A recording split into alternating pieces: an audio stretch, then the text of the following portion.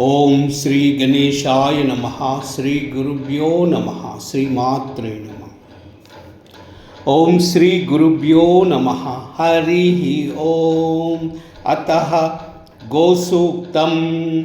ओम आगावो अग्मन्नुत भद्रमक्रंसीदन्तु गोष्ठे रणयन्त्वस्मे प्रजावतिः पुरुरूपा इयस्सुरिन्द्राय पूर्वीरुषसो दुहानः इन्द्रो यज्वने पृणते च शिष्यतुपे ददाति न स्वं माशयति भूयो भूयो रयि मिदस्य वर्धयन्न भिन्ने किल्येनि ददाति देवयुं न ता नशन्ति न भाति तस्करो नासा मामित्रो व्यतिरादशर्त इति देवांशयाभिर्यजते ददाति च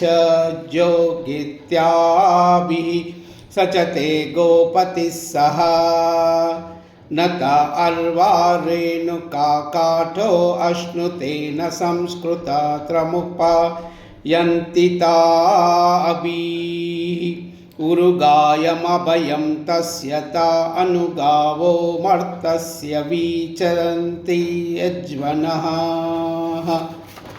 गावो भगो गाव इन्द्रो मे अच्छन् गावः सोमस्य प्रथमस्य भक्षः इमाया गावास्तजना स इन्द्र इच्छामि द्रुता मनसा चिदिन्द्रम् यूयं गावो मेदयदा कृशं चिदश्रीरं चित्कृणाता सुप्रतीकम् भद्रं गृहं कृणुधा भद्रवाचो बृहद्वो वयवुच्यते सभासु प्रजावती स्तूयवसंमृशन्ति उशुद्धा अपसु प्राणे पिबन्ति मावास्तेन ईशतमागशंस्तः परिवोहेति रुद्रस्य वृजा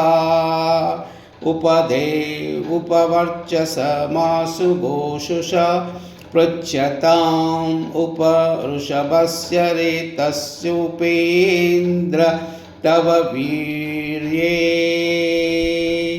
ॐ शान्ति शान्ति शान्तिः।